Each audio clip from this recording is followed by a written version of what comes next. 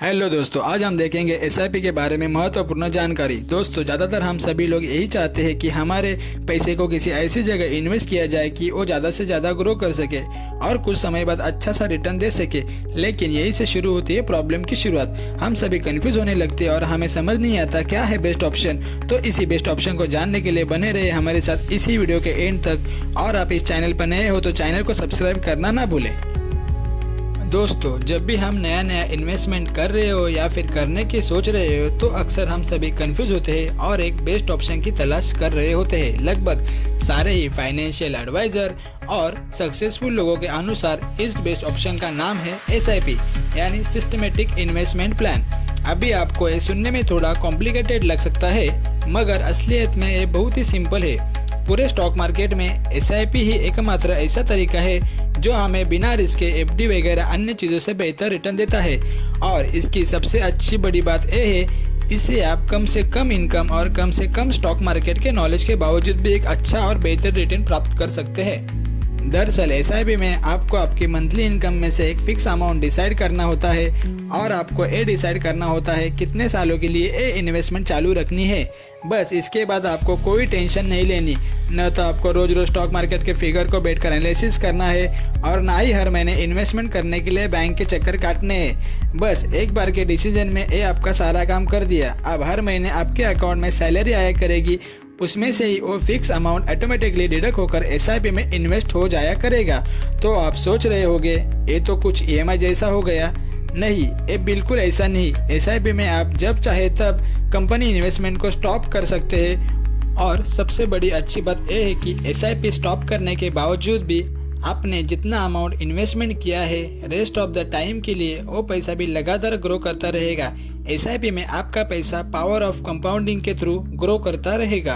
दोस्तों, हम power of compounding के ऊपर आगे और एक वीडियो बनाएंगे जिसकी लिंक आपको डिस्क्रिप्शन में मिल जाएगी, तो आप उसे भी देख सकते हैं। चलिए तो हम पावर ऑफ कंपाउंडिंग की और एक स्टोरी सुनते हैं। एक बार की बात है, एक राज्य में एक क्रूर और घमंडी राजा हुआ करता था। वो खुद को दुनिया का सबसे बड़ा विद्वान और दूसरे को मूर्ख समझता था। साथ ही साथ वो अपने प्रजा पर बहुत अत्याचार भी करता था। सारी प्रजा उसके अत्याचारों से बहुत ही परेशान थी और ही उसकी उल्टी सीधी हरकतों से तंग आ चुकी थी। सारे लोग उसे किसी भी तरह सबक सिखाना चाहते थे और उससे छुटकारा पाने चाहते थे। इसके लिए सारे प्रजा ने मिलकर योजना बनाना शुरू कर दिया। योजना के तहत उन्होंने राज्य के सबसे विद्वान एक लेखक को अपना लीडर चुना और उसे राजा के महल में भेज दिया। लेखक एक लंबा सफर तय करने के बाद राजा के महल में पहुंचा तो उसने देखा राजा दरबार में सभी को खुला चैलेंज दे रहा है। जो भी उसे डिबेट में हरा देगा वो उसे मुंह मांगा इनाम दे देंगे। लेखक ने सोचा ये सबसे सही मौका है इस घमंडी राजा को सबक सिखाने का। वो दरबार में सबसे पहली रो में पहुंच गया और उसने राजा को डिबेट के लिए ललकारना शुरू कर दिया। और राजा लेखक की इस हरकत को देखकर गुस्से में आ गया और वो डिबेट के लिए राजी हो गया। दोनों के बीच मुकाबला शुरू हुआ और ये मुकाबला कई दिनों तक चला, परंतु अंत में घमंडी राजा को हार का मुंह देखना पड़ा।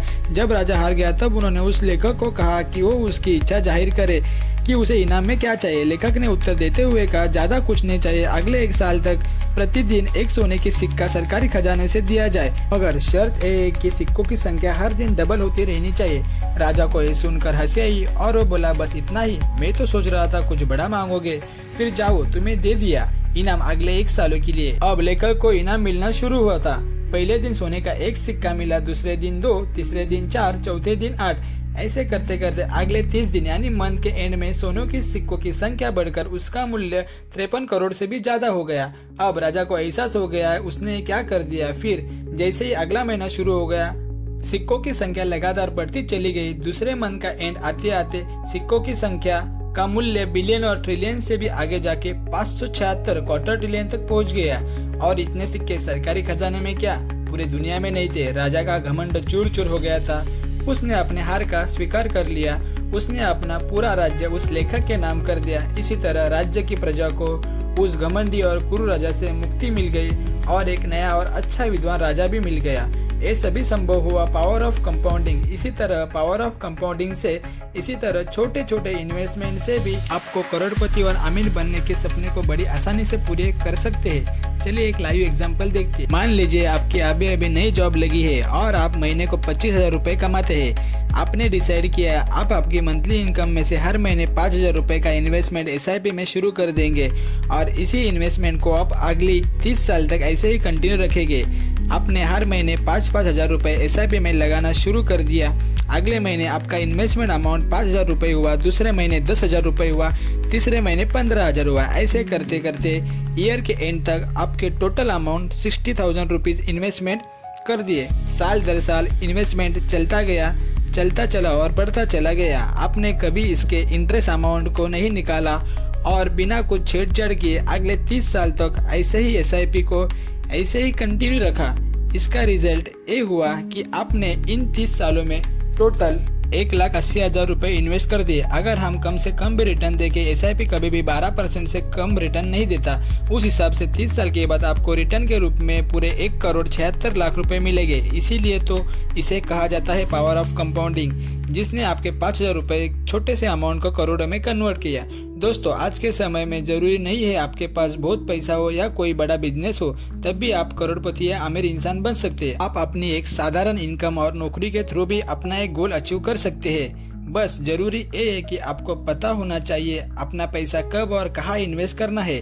SIP थ्रू कई तरह के फंड्स में इन्वेस्ट किया जाता है, चाहे वो म्यूचुअल फंड हो, एक्सचेंज ट्रेडेड फंड हो या फिर इंडेक्स फंड हो। म्यूचुअल फंड एक तरीके का एक्टिवली मैनेजिंग फंड है, जहां पर एक एक्सपर्ट फंड मैनेजर इस बात का ख्याल रखता है कि आपके पैसे को किस कंपनी के म्यूचुअल फंड में इन्वेस्ट करना है और जैसे कि एक बेहतर रिटर्न प्राप्त हो सके। और वो टाइम पर मार्केट के डाटा और राज को एनालिसिस करता रहता है। इसके बदले में आपसे एक एग्जिट फीस चार्ज करता है। साथ ही म्यूचुअल फंड में आपके एक्सपेंस रेशियो भी ज्यादा रहते हैं, जैसे लगभग 0.5 से 3% होते हैं। दूसरी तरफ इंडेक्स फंड एक पैसिवली मैनेजिंग फंड है, जिसमें एक्सपर्ट फंड मैनेजर आपके पैसे को इंडेक्स फंड्स में इन्वेस्ट करके छोड़ देता है। दरअसल इंडेक्स फंड एक ऐसा फंड है जो मार्केट में अवेलेबल टॉप कंपनीज को मिलाकर बनाया जाता है। हमारे कंट्री में 2 तरह के स्टॉक एक्सचेंज है, नेशनल स्टॉक एक्सचेंज और दूसरा बॉम्बे स्टॉक एक्सचेंज, जहाँ से हमारा स्टॉक मार्केट ऑपरेट होता है।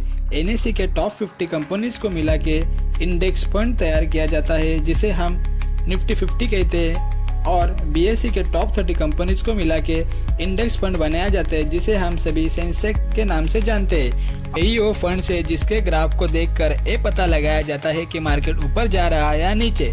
निफ्टी और सेंसेक्स का ग्राफ जब ऊपर जा रहा है तो मार्केट ऊपर जा रहा है, अगर उनका ग्राफ नीचे जा रहा है तो मार्केट नीचे जा रहा है।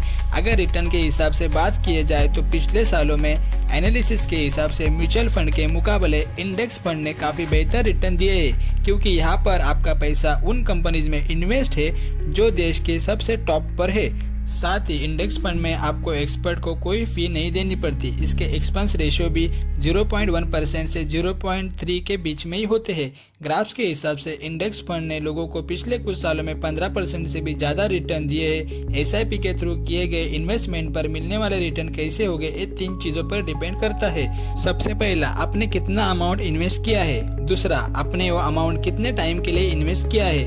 और तीसरा, उस अमाउंट को आपने कहाँ पर इन्वेस्ट किया है। तो पहले अमाउंट की बात करें तो जितने ज्यादा अमाउंट की SIP आप शुरू करेंगे उतने ही ज्यादा अमाउंट का रिटर्न के रूप में आपको मिलेगा।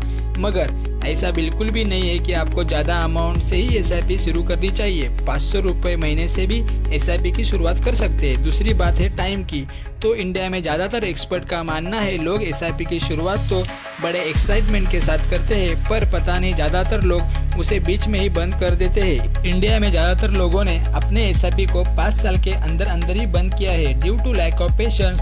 और कंपाउंडिंग के पावर को देखने के लिए आपको पेशेंस रखना बहुत जरूरी है, तब भी वो अपना मैजिक दिखा पाएगा। वरना शुरू में तो आपको यही लगेगा आपका पैसा ग्रो नहीं हो रहा है। SIP एक लॉन्ग टर्म इन्वेस्टमेंट है, न कि शॉर्ट टर्म इन्वेस्टमेंट। इसके लिए आपको लॉन्ग टर्म तक वेट करना बहुत जरूरी है। तीसरी और जरूरी बात, पैसे को कहाँ इन्वेस्ट करना चाहिए, तो उसके लिए आपके हिसाब से रिसर्च करके किसी अच्छे म्यूचुअल फंड्स या इंडेक्स फंड में इन्वेस्ट कर सकते हैं। हमारे सीक्रेट ऑफ सक्सेस चैनल को जरूर सब्सक्राइब करें, जहां हम आपको बिजनेस, फाइनेंस और इन्वेस्टिंग से जुड़े हर पहलू की जानकारी देते हैं। तो दोस्तों आज के इस वीडियो में इतना ही। आई होप कि आपको ये वीडियो पसंद आया होगा। वीडियो पसंद आया होगा तो लाइक करें और अपने फ्रेंड के साथ जरूर शेयर करें। Thanks for watching.